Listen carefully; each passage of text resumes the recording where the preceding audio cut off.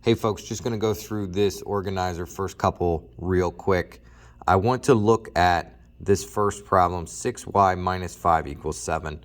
Remember yesterday we started talking about a couple different things and how to attack these problems.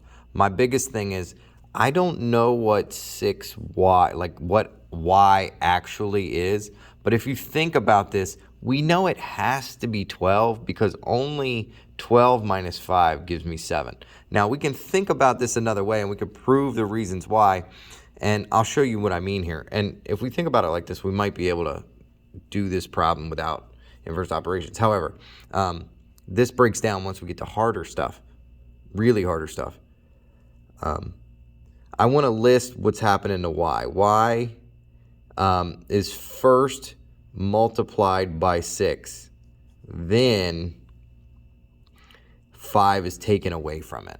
Okay, whatever 6y is, I'm subtracting 5, and that equals 7. That's what this says. 6y, that's multiplication, minus 5 equals 7. Okay, so I want to undo these things. Like if I were to do this order of operations, if I knew what y was, I could solve this. I'd just plug it in and make sure it was 7. You would follow the order of operations. I would multiply and then subtract. So my order of operations tells me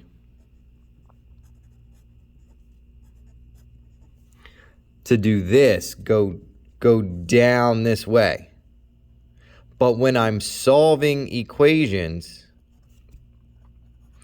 I need to work my way backwards. I need to work my way backwards to figure out what the original thing is. So I'm going to go y, do this, do this, do this, and then I'll get this answer. But on solving equations, I need to work my way back to y. So I have to do them in reverse. So I need to undo this subtraction, undo this multiplication. So what am I going to do?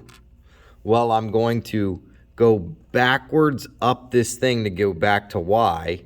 So I'm going to add 5 and then divide by 6. This is my inverse operations.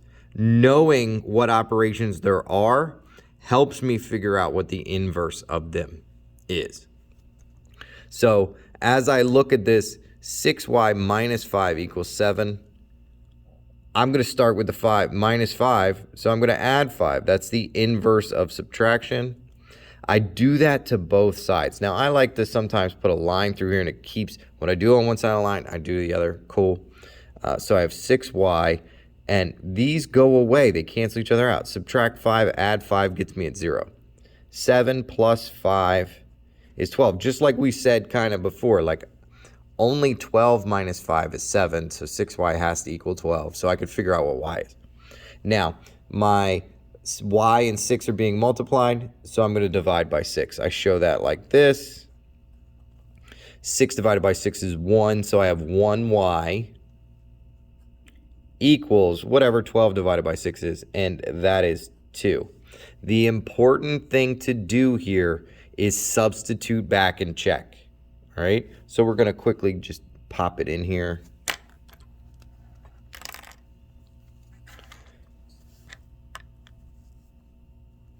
Six times 2. Where'd the 2 come from? I'm sticking it back into that equation. 6y minus 5. Well, you're telling me y is 2. Minus 5. Does that equal 7? I don't know. Let's follow our order of operations. I'm going to do my multiplication first. So 6 times 2 is 12.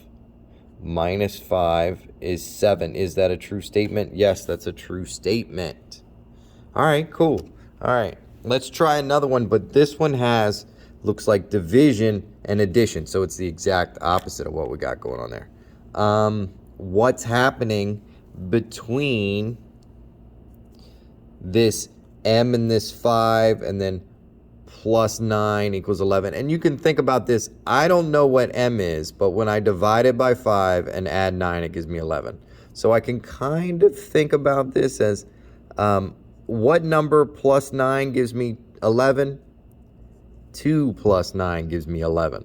So m divided by 5 is going to have to be 2, and I probably can figure out what m is using that. But I also want to kind of think about it using my other methods here. So I start with m, and I first divide it by 5, then I add 9 to it. So again, I'm going to go backwards. I'm going to undo this thing to get back to m by going backwards up my order of operations. I'm going backwards through the steps that were created from this. And I'm going to subtract 9, because that's the inverse operation of adding 9, and multiply by 5, because that's the inverse of dividing by 5. Now, I just do that to the whole thing here. I'm going to take 9 away from the left side. I'm going to take 9 away from the right side. I will be left with m divided by 5, and that is 2, just like we said it was here, using my thought process. Only 2 plus 9 is 11, so m plus 5 has to equal 2. Now I have division. Don't think of this as, I don't know, divided by 5, like, oh, 2 times 5 is 10. Yes, that's how I undo this. I undo this by multiplying both sides by 5. Okay? I don't want you to divide 2 by 5 or 5 by 2. That's not going to work for me. I want to know what number divided by 5 gives me 2. Again, my inverse operation of multiplying by 5 gets me where I need to go. I know this looks kind of ugly, but the purpose of multiplying by 5 is to get rid of this 5 here. Those go away. 5 divided by 5, try to get in focus here. 5 divided by 5 is 1. So I have just 1 m left. 2 times 5 is 10. And remember, we just want to look at, and I'm going to do it over here, look at my 10 and make sure it works. So my original equation was m divided by 5 plus 9 equals 11. I have taken m. You told me, or we worked out, that m is 10. M is 10. So instead of m here, I'm putting 10 there. That's substituting the check. 10 divided by 5 is 2. 2 plus 9 equals 11. Cool, cool, cool. Now, you are going to attack 6, 8, and 10, and then you have some more that you're going to be doing on your own. All right.